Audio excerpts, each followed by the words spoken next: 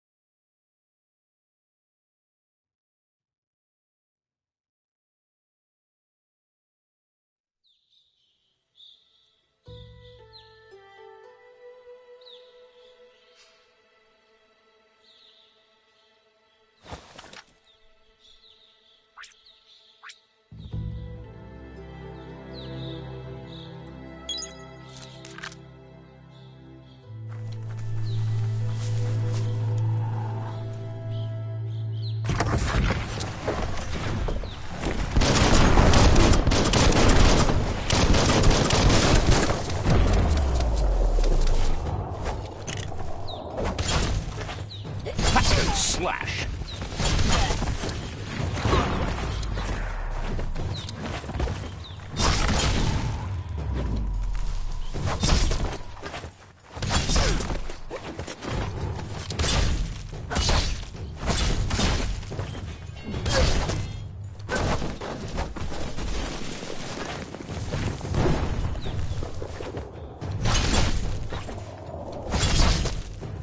Chop it up.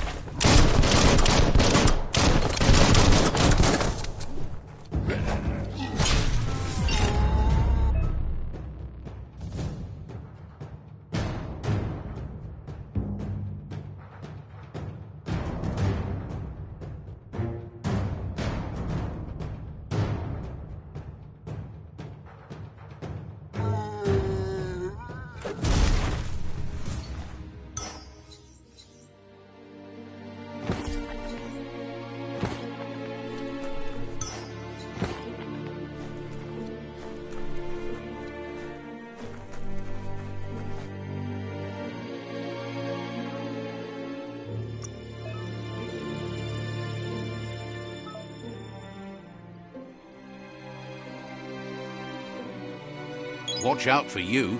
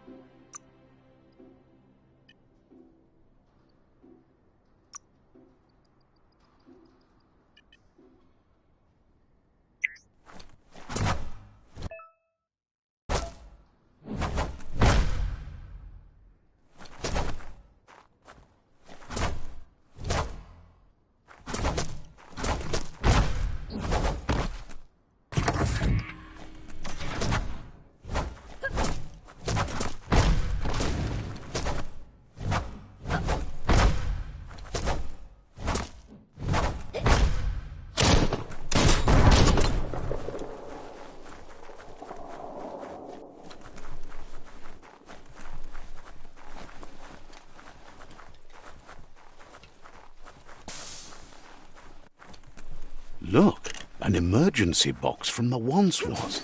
A rare sight.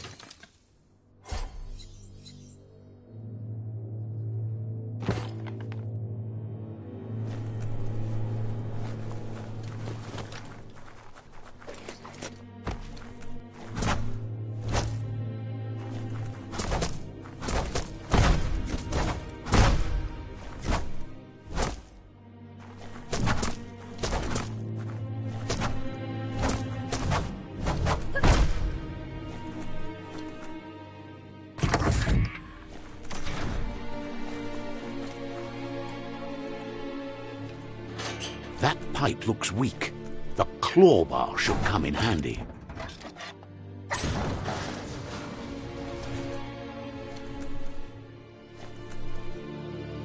Whoa! It's time to find a way out of this place. No, really, I mean it.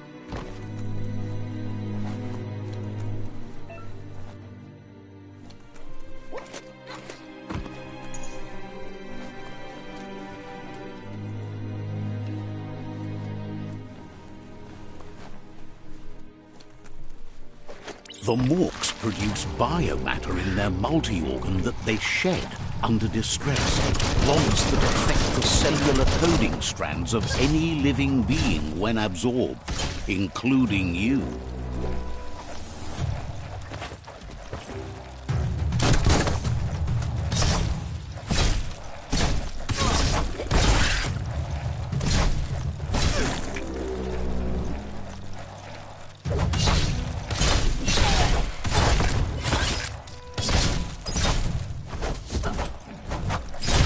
Sliding dash.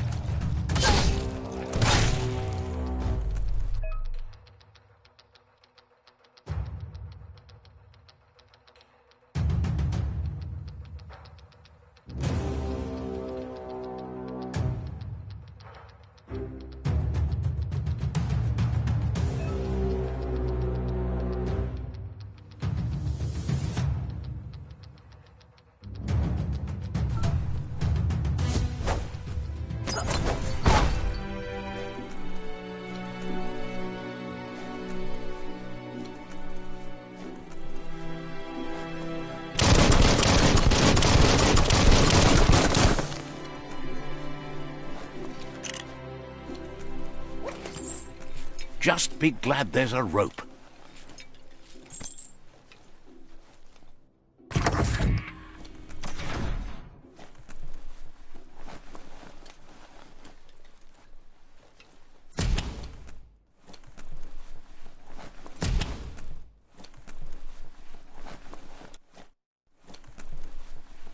Toxanol built vessels called arks to save themselves from the impending doom.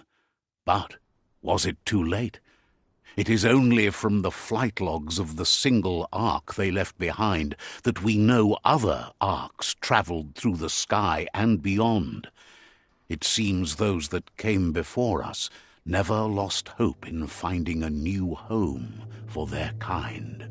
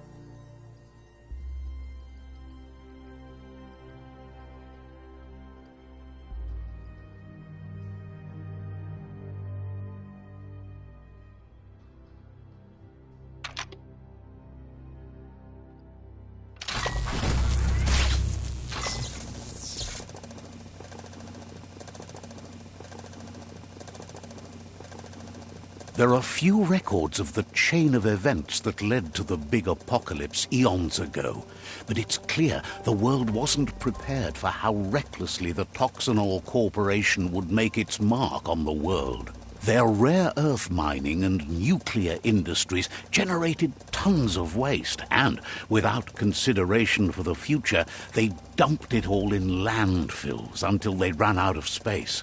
That's when they made the big mistake. They began dumping the toxic waste in the surf just off the coast instead, assuming that it would sink and decay with time. And they were right, but no one was prepared for what was about to unfold. Once in the surf, the radiation interfered with the genetics of the wildlife and created bizarre mutations in their offspring. It had an inconceivable impact on biodiversity and the entire ecosystem. The world as they knew it crumbled as nature retaliated. It would never be the same again, and what remained of it became ours.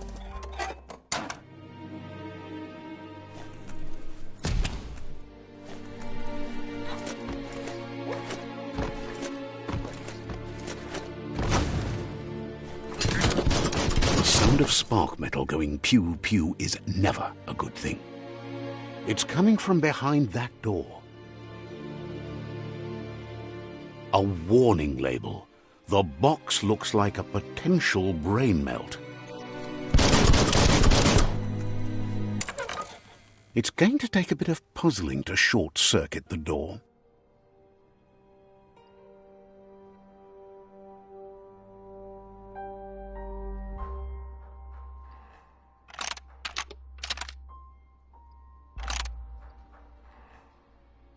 Just a few moves left. Make them count. There you go.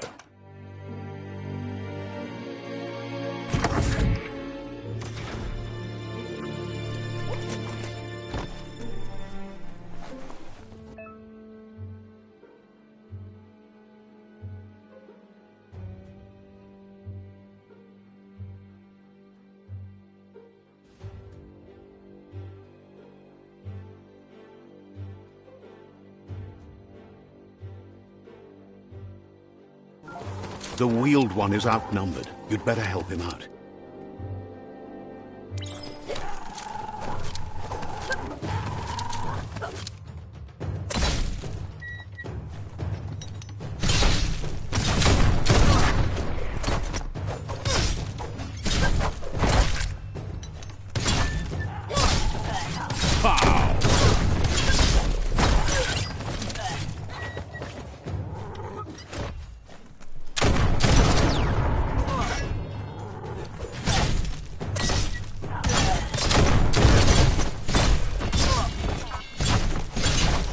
Carving it up.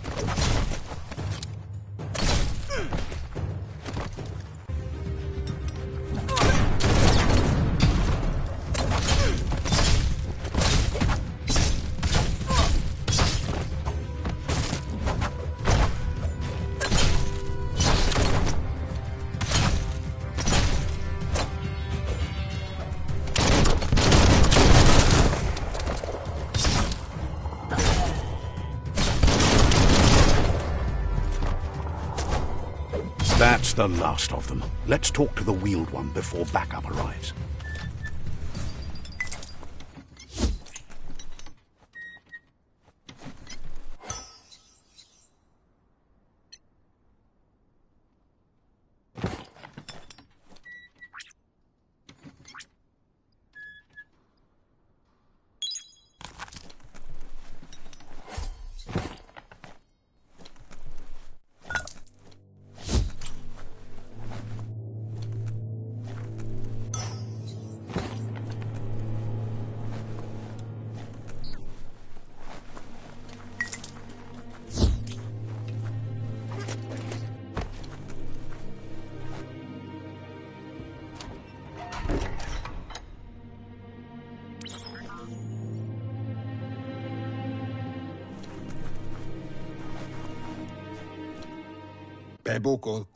He wants to thank you for taking his side against the scavengers.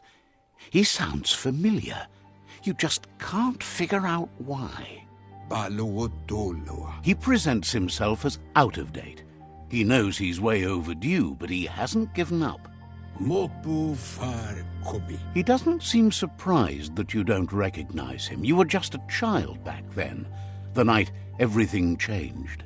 There have been rumors of a one-eyed Ronin seen outside the Great Wall, and he's happy to see it's true. The legend of the one-eyed child that grew up as an outcast is old and sad. The child could have been anyone, but the evil it had fled had left a mark, a facial scar to remember the past. There's no doubt you're the child, and that what Lupa Lupin did to your village, your Muma and Popsy, was the beginning of the end. He says it has taken you a long time to bring the past back up to the present, to find your way back, but he's grateful you have. It was after the attack that the unity fell apart. Your Muma's disciples divided and formed tribes as a reaction to the blight that had fallen upon the land. Had it not been for the Tree of Life, no one would have survived. He hopes you at least remember the tree.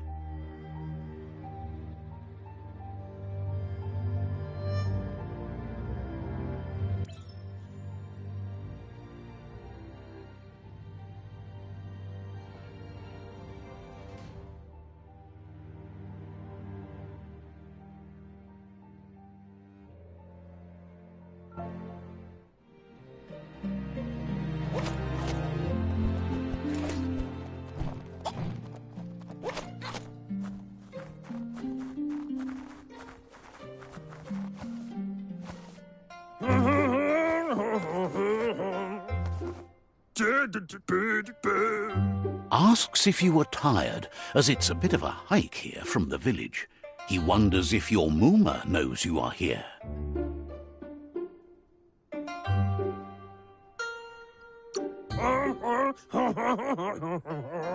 You're such a good child, so you probably did.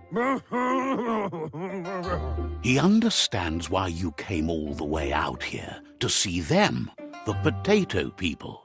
The potato people, or Nono, are a wonder, somehow interlinked with this little tree here, fueling its source of life.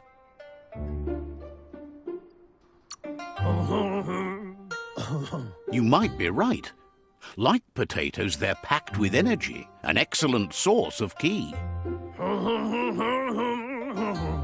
The Nono prefer to hide in glitter grass. He says you should get over there and ruffle it. See if you can make one come out of hiding.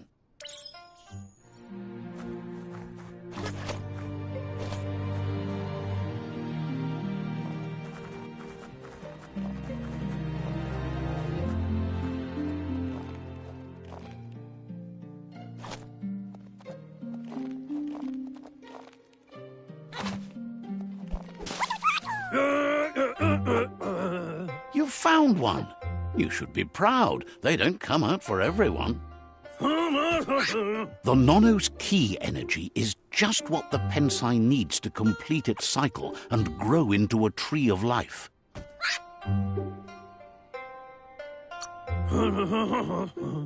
Only time will tell. At least his intention is to dedicate his life to it. He has the feeling the fate of the world depends on it. You'll need to support the tree for a long time to come. The only way it'll grow tall is with the burst of ki released from the Nono as they become one with the tree. You'll need a net to catch the Nono, and he wants you to use his, but asks you to be gentle. The Nono are sensitive beings, an embodiment of ki, the primal energy.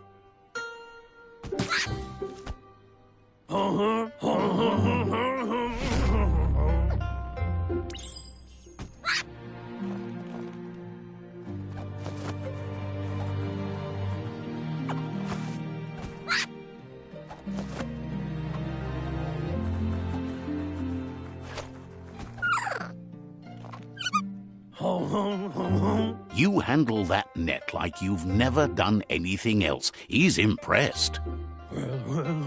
One day, he hopes the tree will have grown tall enough to sustain the world. But today, your focus is getting this one to become one with the tree.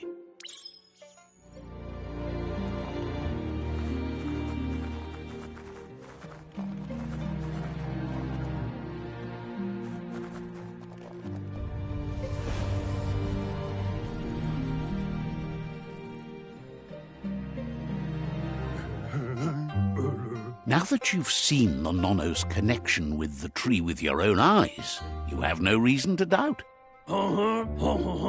From this day on, he'll make nurturing the Pensai into a tree of life, a life goal, not only for our village's sake, but for all of us, everyone. One day, the land won't be as peaceful. Not even your Mooma will be able to protect us. He says you'd better hurry back to the village before your Mooma comes looking for you. You did good here today.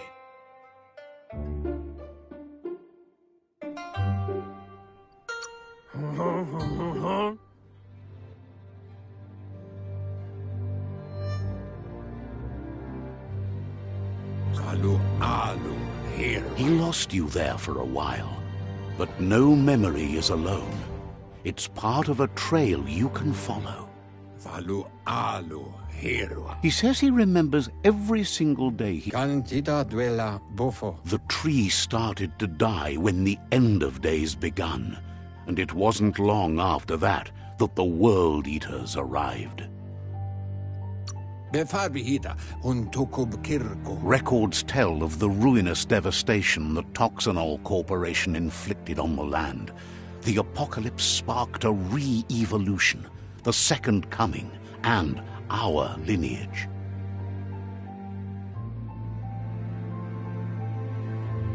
His friend Gizmo is working on a Mekton and needs help defeating the Jumbo Puff at the end of the West Route. Wiz is still repairing his octopod to confront the Merc Puff that dwells deep down under the surface at the end of the Northwest Route. Noko has tamed the Midget and is preparing to take on the Hoof Puff at the end of the East Route. Finally, Goop is almost done with the Goo Glide, a machine able to ride the waves of the surf all the way out to the Porky Puff at the end of the route to the southeast. Oloi Bobo Paweg. Out of Date says his friends are gearing up to stop the World Eaters. There's one at the end of each route. Oloi Bobo Paweg. The road ahead won't be easy, but he's counting on your support. His friends aren't strong enough to end this on their own. He wants you to understand that you'll all die if the tree isn't saved. Regardless, you'll meet again once you've played your part in the tribe war and the situation with the World Eaters.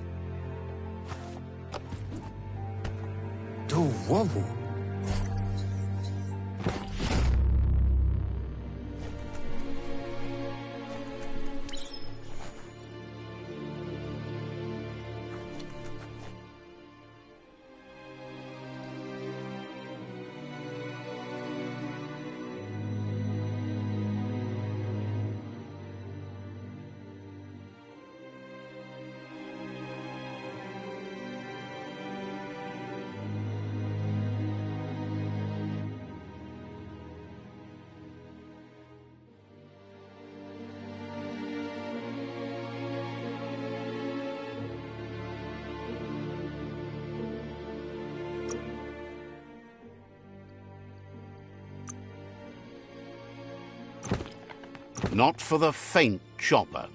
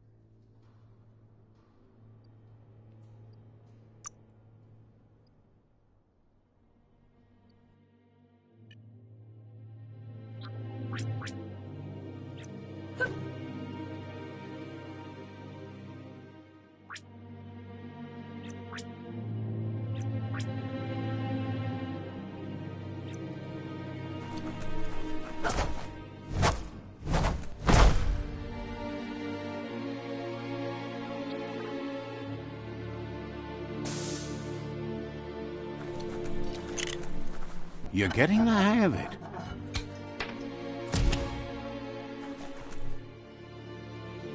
Quickest way out is through the roof where they came in, and the rope looks strong enough to climb.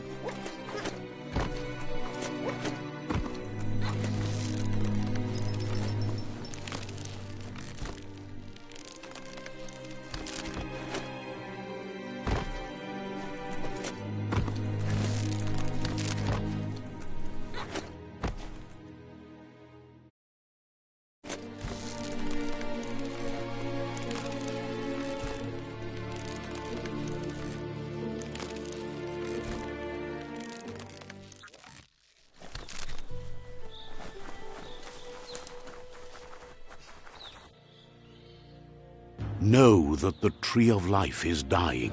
Its days are numbered. Without help, it can't endure the environmental change and assault from the World Eaters.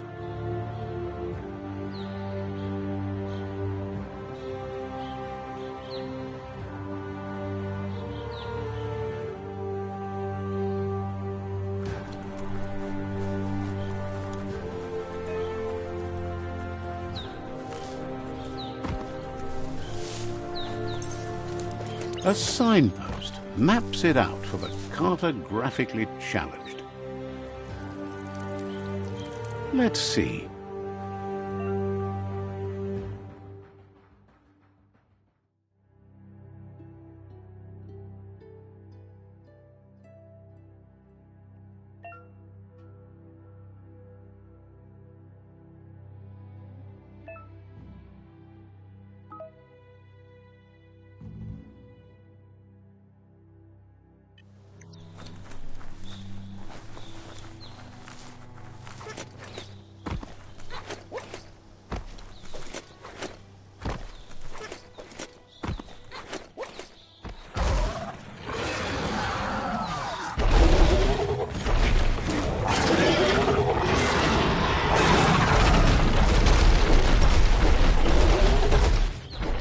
Must be the World Eater that chewed off Out-of-Date's leg.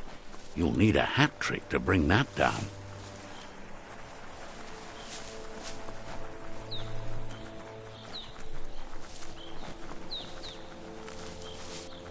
Look, a survivor. Glad to see someone made it out alive.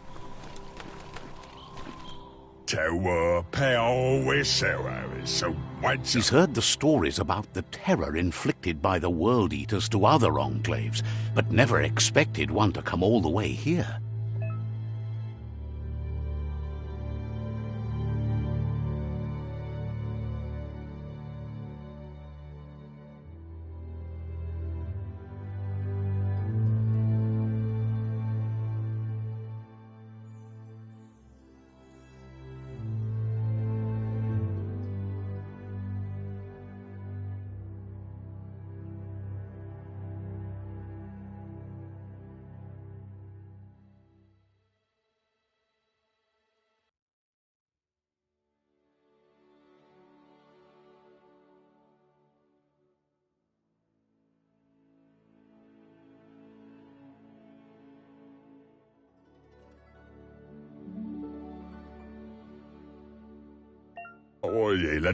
He worries there won't be much left to save if this continues, even if the Tree of Life survives the attack.